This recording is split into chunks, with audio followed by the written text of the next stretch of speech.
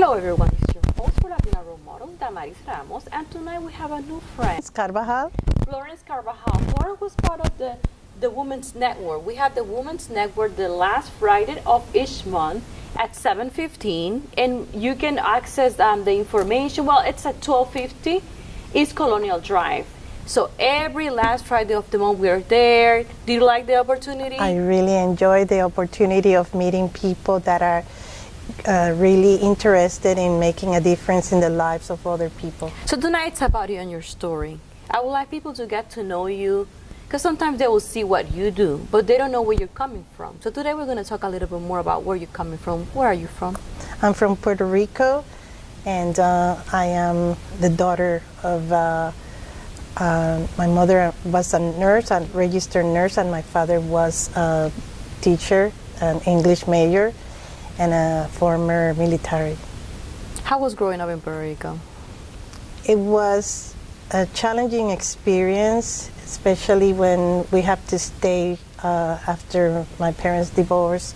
I had to live with my mom, and she was in charge of 3 children, and it was really hard for her having 2 jobs. And she gave us a wonderful example of what struggling and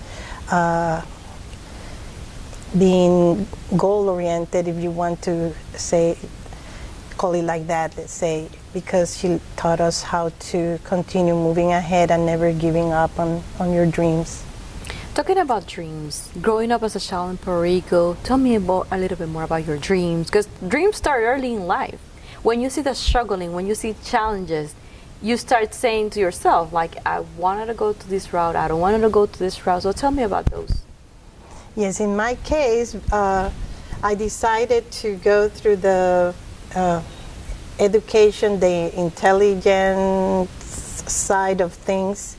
Basically, I like to challenge myself, and I was a student, an 4.0 student, and I decided to excel in all the areas, especially in poetry and in literature, and that was one of the means that I survived somehow by excelling and getting scholarships and other ways to move up and achieve my dreams. What type of poetry you did? Well, it was, we call it poesía coreada in Puerto Rico, and it was more in a group, and it was more like kind of a dramatic poetry, and I used to memorize many poems. Many. I still remember some of them. Tell me about your education. You completed education in Puerto Rico?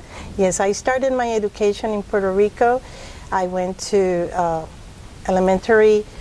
At elementary level, I went to República de Brasil, República de Mexico.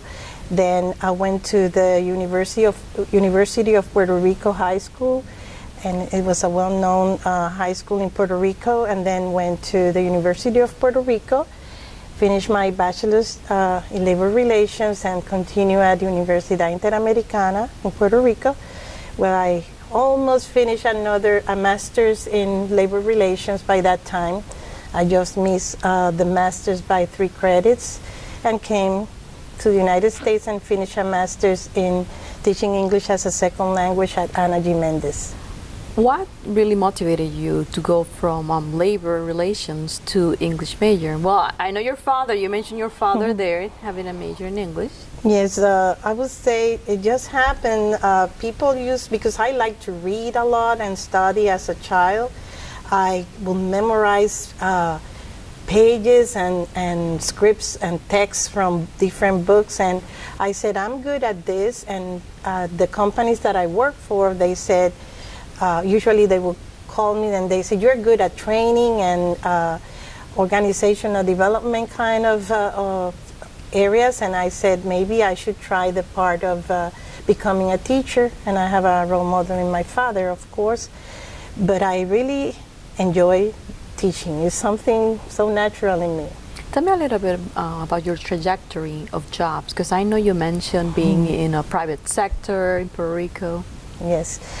It's a kind of unique pathway from a career point of view. I started as human resources At the beginning, human resources assistant, then human resources manager for companies like Panasonic, General Electric, among others.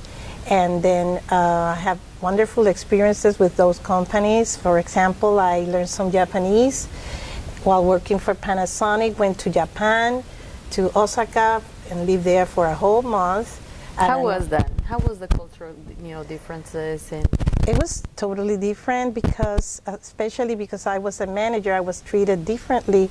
People used to bow down at me as a sign of respect. I have to bow down to my superiors, and I have to behave in a way adapting to the culture, because I have to cause a positive impression on them, because I was the first female. I was the only female in that group.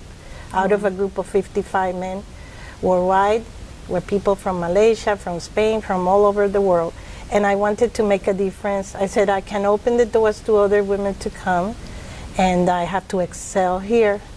So among some of the things that I did was I memorized the company business principles in Japanese from one day to the other, and I recited in front of 300 employees. very impressive for them, I can say. Yes. So what's your biggest challenge there during that month? At that time, it was being myself as a human being, as a person, but also remembering that I was representing my country, Puerto Rico, and I was a manager too, and that whatever I did will represent my country also. And I think that was very important, because whatever you do, wherever you work at, you can make a difference. You can leave open a door for other people. That's what I always think about whatever I do. So private sector in Puerto Rico, how your career continued? Well, after that, I decided to move and live down in come to Orlando. How long ago? That was about 15 plus years ago. And I couldn't find a job in the human resources field, so I started looking for other opportunities. And that's when I decided to become a teacher. So tell me a little bit about your education as an educator, your career here in Orlando. It has been in Orlando. Yes. So you have been able also to mix the labor relations and also the education, I can. Well, I would say what happened was I decided to, after working at different jobs, like I worked for the health department, I worked for private non-profit organizations, and I said the only way I can become a teacher is getting into the school system. So I applied for a job that was not as a teacher, and it was a program assistant certified, because I have a degree. And then I continued studying, learning, having some know-how about how the school system worked.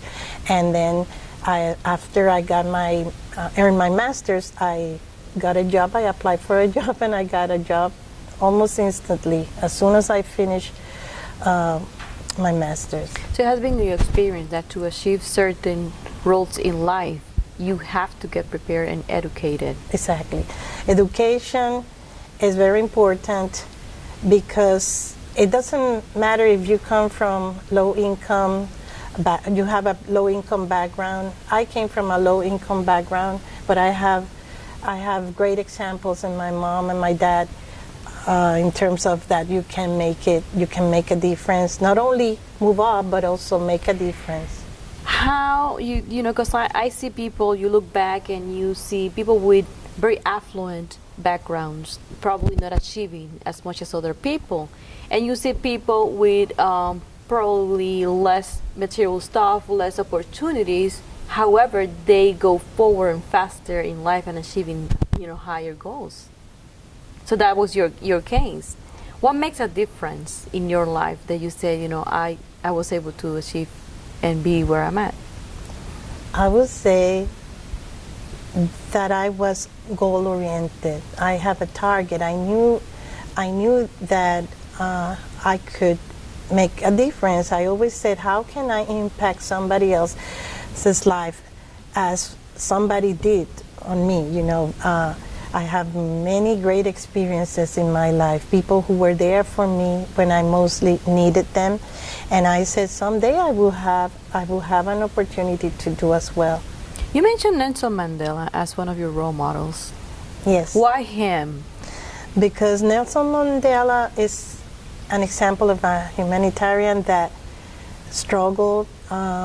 He survived. He's a survivor in terms of the negative experiences, the suffering, the incarceration that he went through, the human rights violations that he went through. And although he went through all of that, he was always maintaining peace around him, giving positive examples.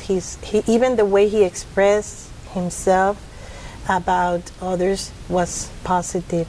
And I think that's how he made a difference, to the point that we still remember him. Usually when we select someone as a role model, it's because we can see in them something that we can see in us. So what is it that you see in him that is reflecting the person that you are? That he didn't give up.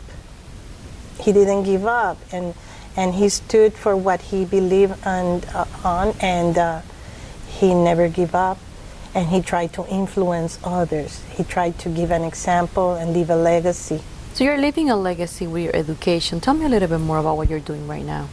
Well, in my spare time, I try to help other children, particularly children. I've been involved with different organizations that help children as a volunteer.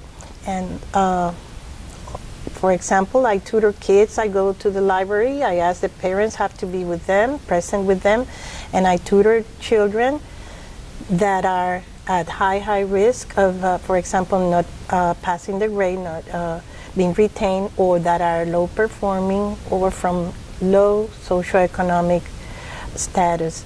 That's my preference. I know that they don't have access to some financial means, and I can make a difference, so I give my time. I volunteer my time doing that. So during the school year, you're working as a teacher? I work as a teacher at an elementary school.